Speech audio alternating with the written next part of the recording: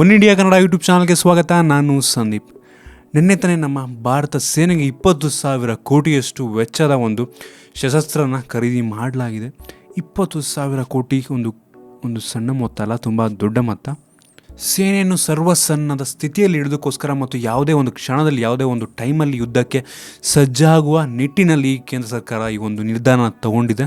September 18ರ ಉರಿ ದಾಳಿಯ ಬಳಿಕ ಈ ಒಂದು ದಿಢೀರ್ ನಿರ್ಧಾರನ ತಗೊಂಡಿದ್ದಾರೆ.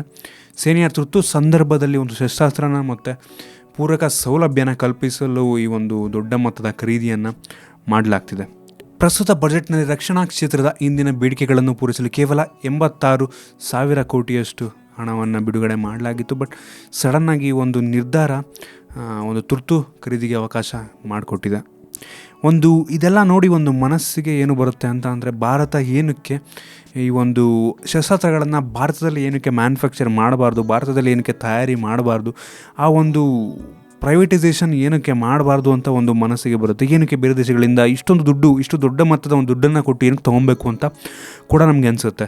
ಭಾರತದಲ್ಲಿ DRDO ಅಂತ ಒಂದು ದೊಡ್ಡ ಸಂಸ್ಥೆ ಇದ್ದು ಭಾರತದಲ್ಲಿ ಈ ಒಂದು ರೀತಿಯ ಶಸ್ತ್ರಾಸ್ತ್ರಗಳು ಏನಕ್ಕೆ ಭಾರತದಲ್ಲಿ ತಯಾರಿ ಆಗ್ತಿಲ್ಲ, ಏನಕ್ಕೆ ನಾವು ಹೊರದೇಶಗಳಿಂದ ಈ ಒಂದು ಶಸ್ತ್ರಾಸ್ತ್ರಗಳನ್ನು ಹೊರಗಡೆಯಿಂದ ಏನಕ್ಕೆ ತೊಗೊಬೇಕು, ಈ ರೀತಿ ಒಂದು ಮನಸ್ಸಿಗೆ ಬರುತ್ತೆ. ನಮ್ಮ ದೇಶ ಇನ್ನೂ ಅಷ್ಟು ಬೆಳವಣಿಗೆ ಆಗಿಲ್ವ ನಮ್ಮ ದೇಶದಲ್ಲಿ ಒಂದು ಶಸ್ತ್ರಾಸ್ತ್ರವನ್ನು ಒಂದು ತಯಾರಿ ಮಾಡುವಷ್ಟು?